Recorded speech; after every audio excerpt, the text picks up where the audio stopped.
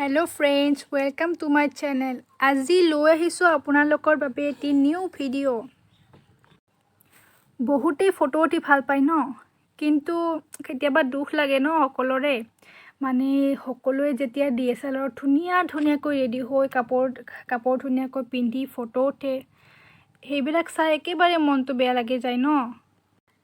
আৰু টেনশ্যন নল'ব, এতিয়া আপোনালোকক মই কম মোবাইলত ফটো কেনেকৈ এডিট কৰিব পাৰে। তাৰ বাবে আপোনালোকে B612 এপটো ডাউনলোড কৰিব। B612 প্লে ষ্টৰত গৈ ডাউনলোড কৰিব। নেক্সট মই এতিয়া B612 এপটো অপেন কৰিছোঁ। এইটো মোৰ ফটো, চ' মই এতিয়া মোৰ ফটোটো এডিট কৰি আপোনালোকক দেখুৱাম। এতিয়া লাষ্ট অপশ্যনটোলৈ যাওক, এইটো বঢ়াই দিয়ক। প্ৰথমে মই এতিয়া গছ-গছনিবিলাকৰ কালাৰটোত অকণমান ঠিক কৰিব লাগিব, স্পষ্ট কৰিব লাগিব। এতিয়া গছ-গছনিবিলাক ধুনীয়াকৈ ফুটি উঠিলে মোৰ মুখখন তেতিয়া ভাল লাগিব ন।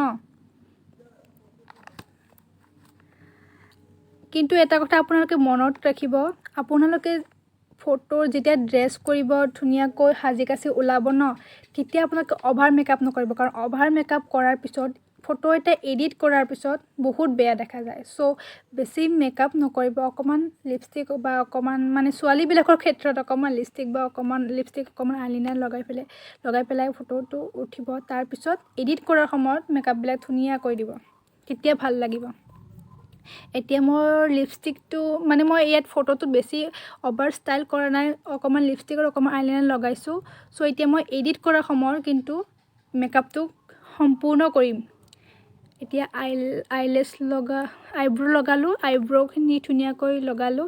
এতিয়া নেক্সট মই আইলেছ লগাম, কাৰণ মই ফটো উঠাৰ আগত আইলেছ লগোৱা নাছিলোঁ। চ' মই এতিয়া আইলেছ লগালোঁ ইয়াতে।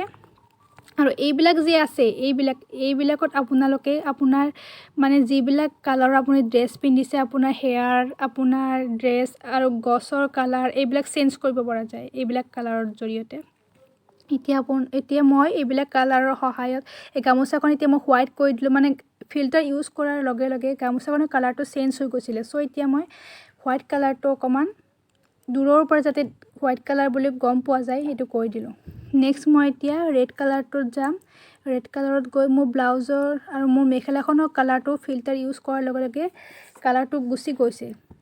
এতিয়া মই মেখেলাখনৰ সেইবাবে কালাৰটো এই কালাৰ দুটা চাওক আপোনালোকে। এইমাত্ৰ মই এডিট কৰা কালাৰটো চাওক, কি ধুনীয়া ৰেডটো মানে ধুনীয়াকৈ ফুটি উঠিছে। আৰু এইটো এতিয়া মই এডিট কৰি আছোঁ যাতে মোৰ মেখেলাখন ধুনীয়াকৈ দূৰৰ পৰা ফুটি উঠে, ফটোকপি যাতে ধুনীয়াকৈ ফুটি উঠে দূৰৰ পৰা। এতিয়া মোৰ হেয়াৰ আটাইতকৈ গুৰুত্বপূৰ্ণ যে চুলিকেইডাল যদি আপোনাৰ বগা হৈ থাকে ন, তেতিয়া মুখখন ভাল নালাগিব। আৰু কাপোৰখনৰ ডাঙৰৰ পৰা সৰুলৈকে যিমানখিনি আছে গোটেইখিনি ধুনীয়াকৈ এডিট কৰিব, তেতিয়াহে আপোনাৰ ফটোটো ভাল হ'ব। কেৱল ডাঙৰ বিলাক কালাৰবিলাক কেৱল এডিট কৰিলে নহয়। মোৰ চাওক এইবিলাক জাপি আছে নহয়, এইবিলাক সৰু ন, এইবিলাকো এডিট কৰিব লাগিব, তেতিয়াহে দূৰৰ পৰা ভাল লাগিব। মই গলত জোনবেৰি পিন্ধিছোঁ, এইটোও ভালকৈ এডিট কৰিব লাগিব। ৰেড কালাৰটো মই লগাই দিছোঁ জোনবেৰিত। এতিয়া দূৰৰ পৰা ফুটি উঠিব, তেতিয়া মোৰ মুখখন ভাল লাগিব, মোৰ ফেচটো ভালদৰে দূৰৰ পৰা ধুনীয়া দেখিব। এতিয়া নেক্সট আহিছোঁ, এতিয়া ছেভ কৰিলোঁ। নেক্সট এতিয়া কি কৰিব লাগিব, গছৰ কালাৰটো অকণমান চেঞ্জ কৰিব, কাৰণ গছকেইটা বগা হৈ আছে ন, সেইকাৰণে কালাৰটো চেঞ্জ কৰিব লাগিব যাতে দূৰৰ পৰা যাতে ভাল লাগে ফটোকপি। কেৱল মোৰ কেৱল ড্ৰেছ আৰু মোৰ মুখখন কেৱল এডিট কৰিলে নহ'ব, বাকী পিছফালে যিবিলাক আছে লোকেশ্যনটো, আচলতে ফটো উঠা লোকেশ্যনটো আপোনালোকে ভালদৰে চাব লাগিব। আৰু পিছফালে যিটো বেকগ্ৰাউণ্ড আছে সেইবিলাকো ঠিক কৰিব লাগিব ধুনীয়াকৈ। আৰু আকাশখন যে আছে, আকাশখন আপোনালোকে যদি নীলা কালাৰটো কৰি দিয়ে, তেতিয়া আৰু দূৰৰ পৰা ভাল লাগিব ন। গছ-গছনিবিলাক আকাশখন নীলা কৰিব লাগিব, গছ-গছনিবিলাক সেউজীয়া কালাৰটো ধুনীয়াকৈ দিব লাগিব। গ্ৰীণ কালাৰ, ব্লু কালাৰ, বুজিছে নে বুজা নাই? অকণমান ধেমালি কৰিলোঁ। এতিয়া নেক্সট আহিছোঁ, ইয়াত বেকগ্ৰাউণ্ডটো মই এতিয়া এনেকুৱা ব্লাৰ কৰি দিছোঁ। আচলতে মই DSLRৰ দৰে ব্লাৰ নকৰোঁ, কাৰণ এইটো মোবাইল হয়, মোবাইলত কিছুমানে ব্লাৰ কৰে দিয়কচোন, কিন্তু আচলতে মই আপোনালোকক এটা উপায় দিওঁ, মোবাইলত ফটো এডিট কৰে কেতিয়াও ব্লাৰ নকৰিব, কাৰণ ব্লাৰ কৰিলে ফটোটো আপোনাৰ ফুটি নুঠিব। DSLRত এডিট কৰিলে ব্লাৰ কৰিলে ভাল লাগে। এইটো চাওক মোৰ আগৰ ফটো আৰু এডিট কৰা ফটোটো আৰু এইটোৰ মাজত পাৰ্থক্য আপোনালোকে নিজে ধৰিব পাৰিব। অকণমান সময় ৰৈ দিয়ক, মই আপোনালোকক এটা কথা কওঁ, আপোনালোকে গুৰুত্ব দি শুনিব।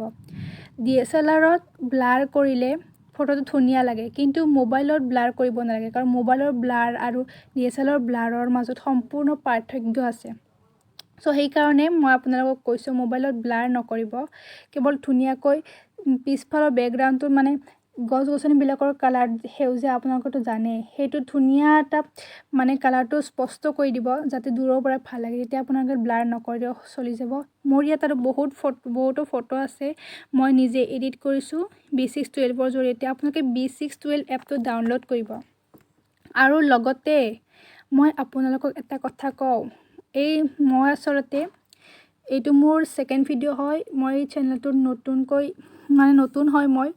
চ' আপোনালোকৰ যদি ভিডিঅ'টো ভাল লাগে এটা লাইক কৰি দিব আৰু মোৰ চেনেলটো ছাবস্ক্ৰাইব কৰি দিব, যাতে নতুন ভিডিঅ'বিলাকৰ ন'টিফিকেশ্যন আপোনালোকৰ তাত গৈ থাকে। আৰু আপোনালোকে লাইক কৰিবলৈ নাপাহৰিব কিন্তু দেই। এতিয়া মই আপোনালোকক এটা বস্তু দেখাই আছোঁ, আপোনালোকে ভালদৰে চাব হা। মানে এই দুটা চাওক, ফাৰ্ষ্ট ফটোটো হ'ল মই এডিট কৰা ফটোটো, আৰু 2 নম্বৰ ফটোটো যে আছে এইটো আগৰ ফটোটো। এই দুয়োটাৰ মাজত আপোনালোকে এতিয়া পাৰ্থক্য চাওক, এইটো কেনেকুৱা হৈছে আৰু এইটো চাওক, এইটো পূৰা স্পষ্ট হৈছে মোৰ ফটোটো, আৰু এইটো স্পষ্ট হোৱা নাই। ইয়াৰ গছ গছনিবিলাক চাওক আপোনালোকে, আৰু ইয়াৰ গছ গছনিবিলাক চাওক, কালাৰটো চাওক, দূৰৰ পৰা ফুটি উঠিছে ন। এনেকৈ এডিট কৰিলে মানে একেবাৰে DSLRৰ দৰে এডিট নহ'বও পাৰে, কিন্তু মই কৈছোঁ অকণমানতো ফটোটো ভাল হ'ব, চকুত লগা হ'ব, অকণমান ভাল হ'ব, চকুত লগা হ'ব। আপোনালোকে নিজে ট্ৰাই কৰি চাব পাৰে। যিবিলাকে মোৰ চেনেলত নতুনকৈ আহিছে সেইবিলাকে যাতে মোৰ চেনেলটো ছাবস্ক্ৰাইব কৰিব, প্লিজ আপোনালোকে মোৰ চেনেলটো ছাবস্ক্ৰাইব কৰি দিব, আৰু ভিডিঅ'ত লাইক কমেণ্ট কৰি দিব এটা। ভাল লাগিলেও ক'ব ভিডিঅ'টো, আৰু যদি বেয়া লাগে তেতিয়াও মোক ক'ব, কাৰণ মই এই চেনেলটোত নতুন হয়, চ' মই ইমানখিনি অভিজ্ঞতা নাই। এইবিলাক চাওক, এইবিলাক মোৰ ফটো মই নিজে এডিট কৰিছোঁ, মোৰ ফটোবিলাক এইবিলাক এডিট কৰিছোঁ, মানে গোটেইবিলাক বেলেগকৈ এডিট কৰিছোঁ। এই গছ গছনিবিলাক চাওক, এইবিলাক চাওক, মই নিজে এডিট কৰিছোঁ, মানে বেলেগকৈ এডিট কৰিব পাৰে। মই জাষ্ট আপোনালোকক অকণমান এডিট কৰি দেখাই দিছোঁ। ইয়াত আপুনি যদি লাহে এডিট কৰি থাকে মোবাইলত, ইয়াতকৈ আকৌ ভাল কৰিব পাৰিব, এইটো কথা মই কৈছোঁ আপোনালোকক। মই আজি অকণমান এডিট কৰি দেখাই দিলোঁ। এয়া চাওক, এডিট কৰিছোঁ মই। আচলতে এই খিৰিকীৰ গ্লাছবিলাক আচলতে ময়ে ব্লু কৰি দিছোঁ দিয়ক, এইবিলাক মই এডিট কৰিছোঁ, এইটো এডিট কৰিছোঁ মই। আপোনালোকে ফটো উঠাৰ আগত অভাৰ ষ্টাইল কৰি, ল'ৰা হওক ছোৱালী হওক, মানে বেছি ষ্টাইল কৰি ফটো নুঠিব। যেতিয়া এডিট কৰিব তেতিয়া ষ্টাইলটো কৰি দিব, মানে লিপষ্টিক আইনাত এডিট কৰাৰ সময়ত ভালদৰে কৰি দিব।